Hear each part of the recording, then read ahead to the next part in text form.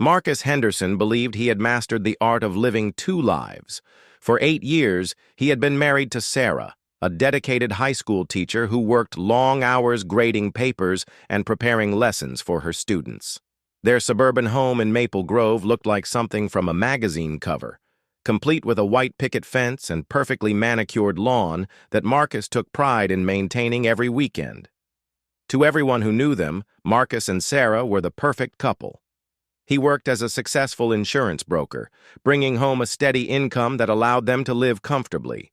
Sarah often bragged to her friends about how attentive her husband was, how he would surprise her with flowers on random weekdays and always remembered their anniversary. Their neighbors envied their seemingly strong relationship, often commenting on how they never heard them argue or fight. But Marcus had been carrying a dangerous secret for the past 6 months. It started innocently enough when he met Jennifer at a coffee shop downtown during his lunch break. She was a marketing consultant, young and vibrant with an infectious laugh that made Marcus feel 20 years younger. What began as casual conversation over lattes gradually evolved into something much more complicated. Jennifer had no idea Marcus was married. He had carefully crafted a story about being a divorced bachelor who was focusing on building his career. He told her he lived in a downtown apartment, which actually belonged to his friend Tom, who traveled frequently for work. Tom had given Marcus a spare key to water his plants, never imagining it would become the perfect cover for an affair. Marcus had become incredibly skilled at managing his double life. He would tell Sarah he was working late or attending client dinners when he was actually spending time with Jennifer. He had even opened a separate credit card account that Sarah knew nothing about, using it to pay for restaurants, gifts, and hotel rooms. The statements went to his office, and he paid them off immediately to avoid leaving any paper trail. Sarah, meanwhile, had no reason to suspect anything. Marcus had always traveled occasionally for work, and his explanations for his late nights seemed perfectly reasonable. She was busy with her own career, staying after school for parent conferences and weekend grading sessions. She trusted her husband completely and had never been the type to check his phone or question his whereabouts. The affair intensified during spring. Marcus found himself making increasingly elaborate excuses to spend time with Jennifer. He told Sarah about a new client who required extensive evening meetings.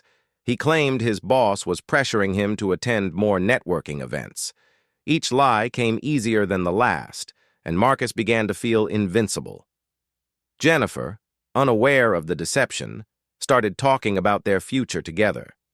She mentioned wanting to meet his friends and family, suggesting they take a weekend trip together. Marcus skillfully deflected these requests, claiming he preferred to keep their relationship private until he was sure about his feelings. The truth was, he had no intention of leaving Sarah. He enjoyed the excitement and novelty of his affair, but he also valued the stability and comfort of his marriage. During this time, Marcus became increasingly careless. He started keeping Jennifer's photos on his phone, though he was careful to delete their text conversations. He would sometimes catch himself humming songs that reminded him of Jennifer while he was at home with Sarah. Once he almost called Sarah by Jennifer's name during dinner, covering his near mistake by pretending to cough. Sarah began to notice small changes in her husband's behavior, though she attributed them to work stress. Marcus seemed more energetic and upbeat than usual, which she initially found encouraging. He had been complaining about feeling stuck in a rut, so his improved mood seemed like a positive development. He was also paying more attention to his appearance, buying new clothes and spending extra time at the gym. The turning point came on a humid Thursday evening in June. Marcus told Sarah he had to attend an important client dinner that would run late. He kissed her goodbye, grabbed his briefcase, and headed out to meet Jennifer at an upscale restaurant across town. They had planned a romantic evening to celebrate Jennifer landing a major account with her marketing firm. What Marcus didn't know was that Sarah had decided to surprise him. She had finished grading her papers earlier than expected and thought it would be nice to stop by his office with his favorite sandwich from the deli nearby. She knew he often skipped meals when he was stressed about work, and she wanted to show him how much she cared. When Sarah arrived at Marcus's office building, the security guard informed her that Marcus had left hours ago. She was confused but assumed he had gone directly to his client dinner from somewhere else. However, as she was walking back to her car, she spotted Marcus's distinctive blue sedan in the parking lot of Romano's, an expensive Italian restaurant just 2 blocks away. Sarah's heart began to race. Marcus had told her his client dinner was at a steakhouse on the other side of town. She sat in her car for several minutes, trying to rationalize what she was seeing. Maybe he had moved the meeting location. Maybe there was a perfectly innocent explanation. But deep down, she felt a growing sense of unease. Against her better judgment, Sarah decided to go into the restaurant. She told the hostess she was looking for her husband, describing Marcus in detail. The young woman's eyes lit up with recognition, and she pointed toward a secluded booth in the back corner. What Sarah saw next would change everything she thought she knew about her marriage. Marcus was sitting across from a beautiful woman with dark hair, holding her hand across the table. He was looking at her with an expression of pure adoration that Sarah hadn't seen directed at her in years. The woman was laughing at something he had said, and Marcus was completely absorbed in their conversation. They looked like lovers, which is exactly what they were. Sarah felt the blood drain from her face. Her hands started trembling, and she had to grip the hostess stand to steady herself. For a moment, she considered storming over to their table and confronting Marcus immediately, but something stopped her. Instead of acting on her initial impulse, Sarah quietly left the restaurant and sat in her car in the parking lot. The betrayal hit her like a physical blow. 8 years of marriage, and she had never suspected that Marcus was capable of this level of deception. She thought about all the late nights, all the business dinners, all the times he had kissed her goodbye while planning to meet another woman. The lies weren't just about one evening. They represented months of calculated dishonesty. As Sarah drove home in a daze, her mind was already beginning to work. She was hurt and angry, but she was also practical. She realized that confronting Marcus immediately would likely result in him becoming defensive and potentially destroying evidence of his affair. If this marriage was going to end, she wanted to be in the strongest position possible. That night, when Marcus came home smelling like expensive perfume and claiming his client dinner had run longer than expected, Sarah said nothing. She pretended to be sleepy and listened as he told elaborate lies about his fictional business meeting. She realized that her husband wasn't just unfaithful. He was a skilled and practiced liar who had been deceiving her for months. For the first time in their marriage, Sarah went to bed knowing something that Marcus didn't. His carefully constructed world of lies was about to come crashing down. The next morning, Sarah woke up with a clarity she hadn't felt in months. While Marcus showered and prepared for work, humming cheerfully as if nothing had happened, Sarah began planning her strategy. She had always been methodical and organized in her teaching career, and now she would apply those same skills to uncovering the full extent of her husband's betrayal. Sarah's first step was to begin documenting everything. She started a private journal, recording dates, times, and details of Marcus's suspicious behavior. She wrote down every late night, every unexplained absence, every time he had seemed distracted or secretive. The patterns that emerged painted a clear picture of a man who had been living a double life for far longer than she had imagined. During her lunch break at school, Sarah visited the public library and used their computer to research private investigators in their area. She learned about the types of evidence that would be most useful in divorce proceedings and began to understand the legal implications of Marcus's infidelity. Knowledge became her weapon, and she armed herself thoroughly. Marcus, completely unaware that his secret was out, continued his affair with increasing boldness. He started staying out later and making less effort to create believable cover stories. When Sarah asked about his whereabouts, He would give vague answers about work obligations or claim he had been at the gym. His confidence in his ability to deceive his wife had grown to dangerous levels. Sarah decided to test her husband's honesty. On a Wednesday evening, she casually mentioned that her friend Lisa had seen someone who looked exactly like Marcus at Romano's restaurant the previous week. She watched carefully for his reaction. Marcus barely looked up from his newspaper, simply mumbling that he had never been to that restaurant. The ease with which he lied to her face confirmed that this behavior was deeply ingrained. Over the next few weeks, Sarah began her own investigation. She discovered that their joint checking account had several unexplained withdrawals that corresponded with Marcus's late nights out. When she called his office, pretending to be a potential client, his secretary informed her that Marcus had been leaving early most days and rarely worked past 5 o'clock. The breakthrough came when Sarah decided to follow Marcus one evening. He had told her he was attending a mandatory company seminar that would keep him out until late. Sarah arranged for her sister to cover her evening tutoring session and positioned herself in the parking lot of Marcus's office building. She watched him leave at 4:30, drive across town, and pick up the same dark-haired woman she had seen at Romano's. Following them at a safe distance, Sarah watched as they went to a movie theater, then to dinner at a casual restaurant. They behaved like a couple completely comfortable with each other, sharing food and walking hand in hand. Marcus seemed more relaxed and genuinely happy than Sarah had seen him in years, which somehow made the betrayal even more painful. But Sarah had moved beyond the initial shock and hurt. She was now operating with cold, calculated precision. She took photographs of Marcus and Jennifer together, carefully documenting their public displays of affection. She noted the restaurants they visited, the times they met, and the casual intimacy between them that spoke of a long-term relationship. During this period, Sarah made another disturbing discovery. While looking for tax documents in Marcus's home office, she found statements for a credit card account she didn't know existed. The charges told the story of his affair in painful detail: expensive dinners, hotel rooms, jewelry purchases, and even a weekend getaway to a bed and breakfast in wine country that had occurred during a weekend when Marcus had claimed to be attending a business conference.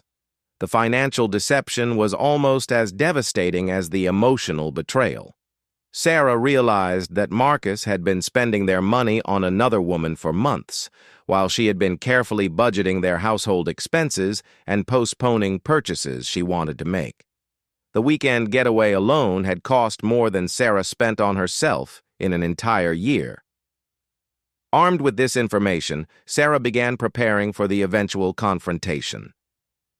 She consulted with a divorce attorney, learning about her rights and the best way to protect her interests. The lawyer advised her to gather as much evidence as possible before revealing that she knew about the affair. He also suggested that she open her own separate bank account and begin documenting all of their assets. Sarah followed this advice methodically. She photographed important documents, made copies of financial records, and even hired the private investigator she had researched. The investigator confirmed what Sarah already suspected and provided additional evidence, including photographs of Marcus and Jennifer entering and leaving Tom's apartment on multiple occasions. Meanwhile, Marcus's relationship with Jennifer was becoming more serious. She had started pressuring him to introduce her to his friends and family, and Marcus was running out of excuses. He had told her that he was estranged from his family and preferred to keep his social and romantic life separate, but Jennifer was beginning to find these explanations unsatisfying. The stress of maintaining his lies was starting to show. Marcus became irritable at home, snapping at Sarah over minor issues and seeming constantly distracted. When Sarah tried to discuss their relationship or suggest they spend more quality time together, Marcus would deflect or claim he was too busy with work pressure. Sarah found these interactions almost amusing in a dark way. Her husband was complaining about stress while she was the one secretly dealing with the knowledge of his betrayal and planning for the end of their marriage. She had to admire her own acting ability as she continued to play the role of the unsuspecting wife. One evening, Marcus made a crucial mistake. He left his phone on the kitchen counter while he went to shower, and it buzzed with a text message from Jennifer. The message was visible on the lock screen. "Can't wait to see you tomorrow night. I have something important to tell you. Love you." Sarah stared at the message, realizing that Marcus's affair had progressed to declarations of love. She quickly photographed the message before Marcus returned from his shower. When he picked up his phone and saw the message, his face went pale, but he said nothing to Sarah about it. That night, Sarah lay awake planning her next move. She had gathered substantial evidence of Marcus's infidelity and financial deception. She had consulted with a lawyer and understood her legal options. She had even opened her own bank account and begun protecting her interests. The time for passive observation was nearly over, but Sarah wanted more than just evidence of Marcus's affair. She wanted him to understand the consequences of his actions fully. She wanted him to realize that his clever lies and careful deceptions had been discovered and that his sense of superiority was completely misplaced. She wanted justice, but she also wanted him to know that he had been outplayed by the woman he thought he was fooling. Sarah began planning the final phase of her strategy. She would give Marcus enough rope to hang himself completely, allowing him to dig his hole so deep that there would be no possibility of denial or reconciliation. She would let him believe he was in control until the moment she revealed that she had been controlling the situation all along. The teacher in Sarah understood the importance of timing. Just as she knew when to reveal the answer to a difficult problem in class, she knew that the timing of her revelation would be crucial. Marcus had to be completely vulnerable and exposed when she finally showed her hand. Only then would her victory be complete, and only then would Marcus truly understand the magnitude of his mistakes. Sarah's opportunity for the perfect confrontation came sooner than she expected. Through her private investigator, she learned that Marcus and Jennifer had planned a romantic weekend getaway to celebrate their 6-month anniversary. Marcus had told Jennifer that he finally felt ready to take their relationship to the next level and wanted to make the weekend special. At home, Marcus informed Sarah that he had to attend an important out-of-town conference for his company. He claimed it was a mandatory training session that all senior brokers were required to attend, and he would be gone from Friday evening until Sunday afternoon. He even showed Sarah fake conference materials that he had carefully created, complete with a schedule of seminars and networking events.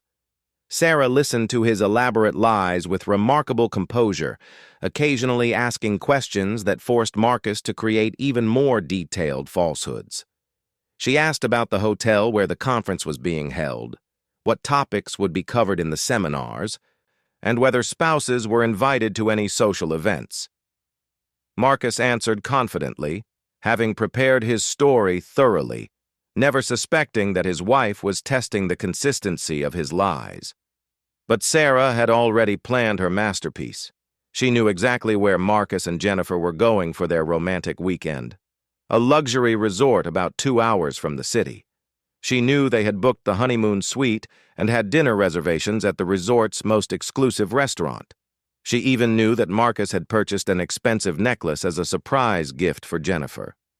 What Marcus didn't know was that Sarah had made her own reservation at the same resort for the same weekend. She had booked a room under her maiden name and had carefully coordinated her arrival to ensure maximum impact. But Sarah wasn't planning to simply show up and catch them together. She had something much more devastating in mind. On Friday afternoon, Sarah called Marcus's office and left a message with his secretary saying that his wife had been in a car accident and was asking for him at the hospital. The secretary promised to reach Marcus immediately and have him call home. Sarah then turned off her phone and waited for Marcus to panic. Marcus received the message while he was packing for his weekend with Jennifer. His first instinct was genuine concern for Sarah's safety, but his second thought was frustration that this crisis might interfere with his romantic plans. He called home repeatedly, but got no answer.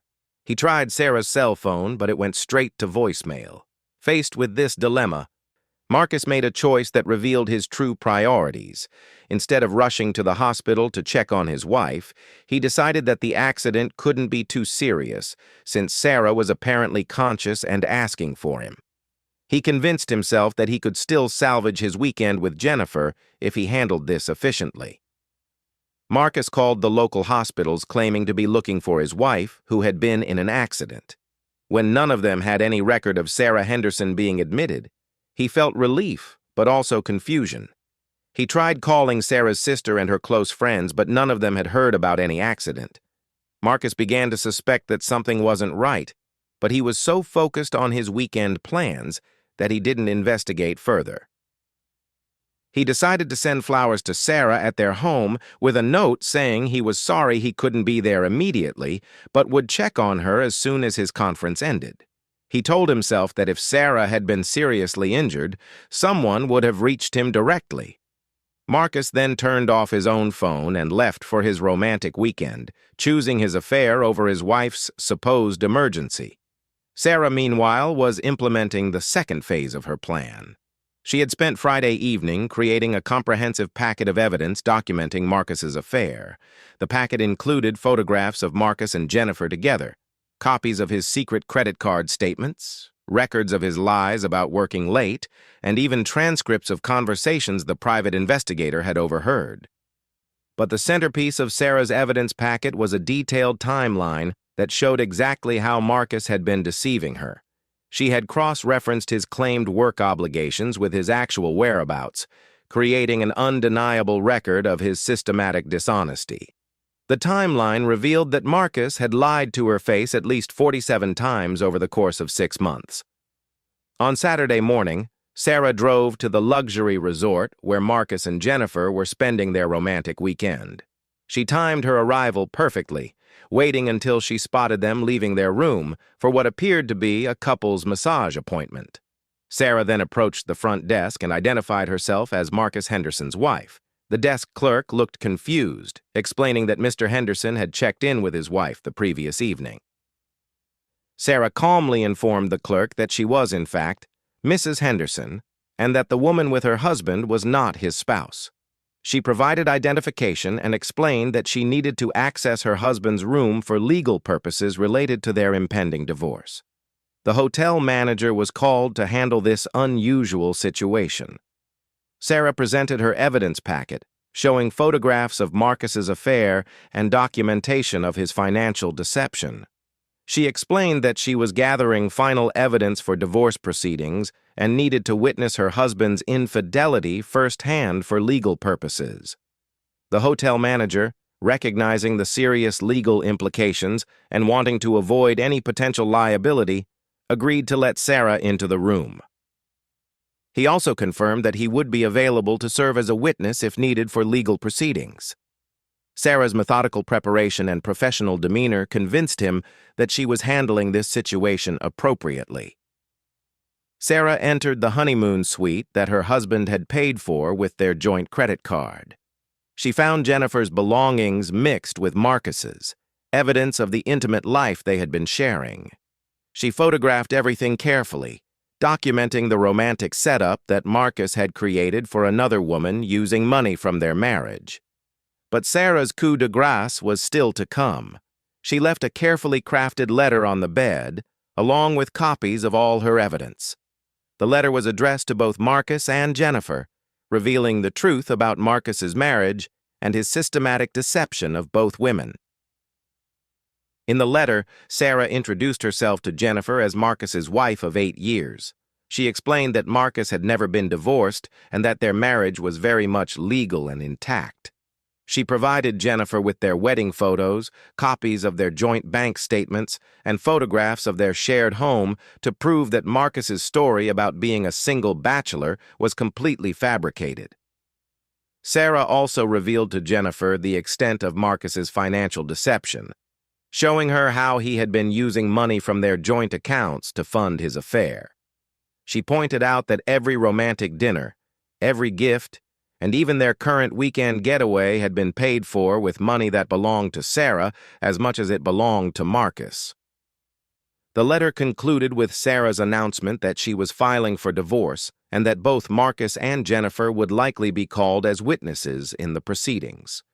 She informed them that she had gathered extensive evidence of the affair and that Marcus's deception had been thoroughly documented. She even thanked Jennifer for helping her realize what kind of man she had married. When Marcus and Jennifer returned from their spa treatments, they found Sarah's letter waiting for them. Marcus's face went white as he realized the magnitude of his exposure. All of his careful lies had been unraveled, and his secret life had been completely exposed. Jennifer, meanwhile, was devastated to learn that she had unknowingly been involved in destroying a marriage and that the man she loved had been lying to her about everything fundamental to his identity.